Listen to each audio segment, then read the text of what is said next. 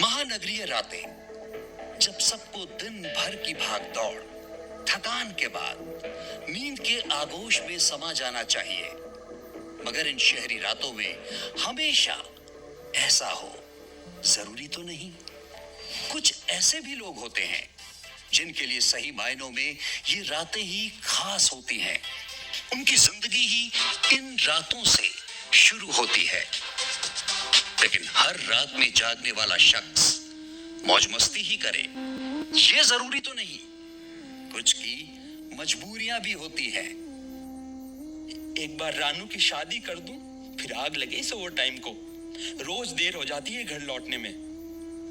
न जाने कितनी ही बार वो सड़क से गुजरा होगा, अपने घर पहुंचा होगा, मगर आज की रात कुछ अलग है। आज वो शायद किसी की नजरों में है और उसे भी आभास हो गया कि उस गली में कोई है। पिछली बार उसने यहीं एक बूढ़े भिखारी की मदद की थी। कौन है उधर पे? कोई है क्या? अरे बोलना। और तभी उस गली के अंत में जो दिखा, वो समझ गया कि इस बार ये कोई बूढ़ा भिखारी तो हरगिज नहीं था। अंधेरे में चमकती वो दो लाल खूंखार आंखें जो किसी का भी खून जमा सकती थी। वो साइकिल छोड़कर भागने लगा। वो अनजान साया उसका पीछा कर रहा था, पर अब वो फंस गया है। नहीं नहीं नहीं, मुझे छोड़ दो, छोड़ दो, छोड़ दो, जाने दो।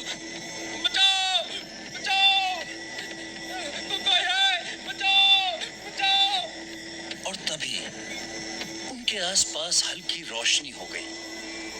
वो पूरे चांद की रात थी और बस अभी अभी चांद बादल के एक टुकड़े से झांकने लगा था, जैसे धूप निकल आई हो। और फिर जो हुआ उसकी कल्पना उस किस्मत के मारे ने कभी की ही नहीं होगी।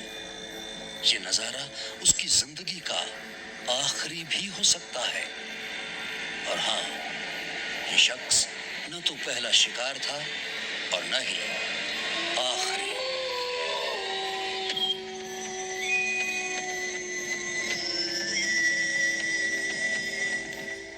वैसे तो आज छुट्टी वाला दिन है, मगर पुलिस की नौकरी में कैसी छुट्टी। Good morning sir. सुबह सुबह गुड मॉर्निंग बोलने को फोन किया है? फोन उसके सब इंस्पेक्टर निखिल दवे का था। सॉरी सर, पर एक और मर्डर हुआ है, ठीक वैसा ही जैसा पिछली बार वो फैक्ट्री के लेबर का हुआ था ना। क्या? कहाँ? सर वो शहर के बाहर पुराने पेट्रोल पंप के पास। शिट, फिर से?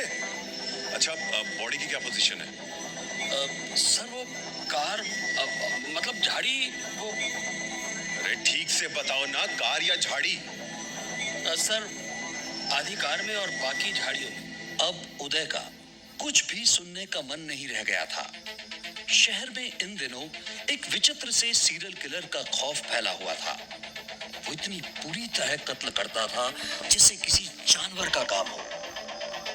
और ये है डीएसपी उदय सिंह चौहान, इस केस के इन्वेस्टिगेशन ऑफिसर। कुछ ही देर में वो लोग वहां पहुंच गए। एक नजर में तो ये हादसा लग रहा था, मगर पुलिस के लोग अपना काम कर रहे थे।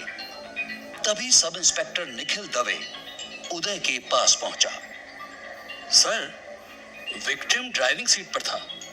उसकी आधी बॉडी अब भी सीट पर और आधी यहाँ पड़ी है। मतलब ये कैसे पॉसिबल है? लो जी, सीट बेल्ट नहीं लाई होगी मुंडे ने जी, और की फोर्स नाल गिर गया होगा झाड़ियां विच। रुको, वहां पैर मत रखो स्टूपिड। क्या हुआ जी? शायद पहली बार कातिल ने अपना कोई सुराग छोड़ा था। और ये सब शुरू हुआ था लगभग 6 महीने पहले, जब शहर में सब शांत था। लोग अपनी अपनी जिंदगियों में व्यस्त थे। कोई सीरियल किलर नहीं, कोई हत्याकांड नहीं, सब बिल्कुल सामान्य था। अनुष्का एक सिंगल मदर, वो और उसका 6 वर्षीय बेटा आयु, बस इतनी ही छोटी सी दुनिया थी उनकी। अनुष्का एक कोरियोग्राफर थी। सालों पहले एक कल्चरल प्रोग्राम जो कि सेना के सम्मान में रखा गया था, उसी में उसकी मुलाकात मेजर अनिकेत बजाज से हुई। दोनों पहली नजर में ही एक दूसरे को पसंद करने लगे। जल्द ही उन्होंने शादी भी कर ली। हालांकि इस शादी से उनके परिवारजन खुश नहीं थे। अनुष्का के पिता फॉरेस्ट अधिकारी थे, वहीं अनिकेत के पिता कर्नल सुनील बजाज भी आर्मी से रिटायर्ड थे। जल्द ही वो समय भी आया जब उनके परिवार में तीसरा नन्हा सदस्य भी आने वाला था। उनका परिवार पूरा होने जा रहा था। अपने अपने परिवारों से अलग अपने इस परिवार में वो खुश थे, लेकिन फिर जैसे उनकी खुशियों को किसी की नजर लग गई। बच्चे के जन्म से पहले ही एक आतंकी हमले के बाद से अनिकेत लापता हो गया। अनुष्का बिल्कुल अकेली रह गई। मगर अनुष्का एक आत्मनिर्भर लड़की थी। उसने अकेले ही अपने बेटे आयु की देखभाल की, उसे बड़ा करने लगी। वो एक कोरियोग्राफर थी और एक बार फिर से जिंदगी पटरी पर आने लगी। लेकिन एक बार फिर किस्मत की मार पड़ी। एक प्रोग्राम के दौरान अनुष्का स्टेज से गिर गई थी और उसे रीढ़ में गहरी चोट आई थी। आगे अब उसे कोरियोग्राफी छोड़नी होगी। तब से लेकर अभी तक अनुष्का ने किसी तरह गुजारा किया था। उसकी कुछ सेविंग्स, कुछ इन्वेस्टमेंट थे जिनसे काम चल रहा था, लेकिन अब उसे भविष्य की चिंता भी सताने लगी थी। आखिर ऐसे कब तक चलेगा? आज आयु का 6ठा जन्मदिन था। अनुष्का उसकी फेवरेट आइसक्रीम लेने चली गई और वहीं आयु की नजर बगल की टेबल पर पड़ी। हेलो, आपका नाम क्या है? मैं यश, और आपका नाम? यश, नाइस। आप क्या करते हैं? मैं सॉफ्टवेयर इंजीनियर हूँ। आपका नाम? आप स्कूल जाते हैं? क्या आप सिंगल हो? मेरी मम्मा से शादी करोगे? She is beautiful. हैं? क्या? ये क्या है? तभी वहां अनुष्का आ गई, जिसने आयु की बात सुन ली थी। सॉरी, वो बच्चा है, कुछ भी बोलता रहता है। कोई बात नहीं। सीरियसली, कई बार लगता है मेरे बाप ने बिना मरे दूसरा जन्म ले लिया है। क्या हुआ मम्मा? आपको यश अच्छा नहीं लगा? आयु, बस करो। क्या है ये? अपनी मम्मा की दूसरी शादी कराओगे? तो जब मैं बोर्डिंग चला जाऊंगा तो आप अकेली रहोगी। अनुष्का की समझ में नहीं आया वो क्या करे। आयु अपनी उम्र से कहीं ज्यादा परिपक्व था और ये कोई पहली बार नहीं था जो उसने अपनी माँ का घर बसाने की कोशिश की हो। अरे, ये क्या है? सुनील बजाज, ससुर जी, इन्हें कैसे मेरी याद आ गई? डियर अनुष्का, सबसे पहले तो मैं शर्मिंदा हूँ कि मैंने तुमसे हमेशा रूखा व्यवहार किया, मगर वजह तुम नहीं थी।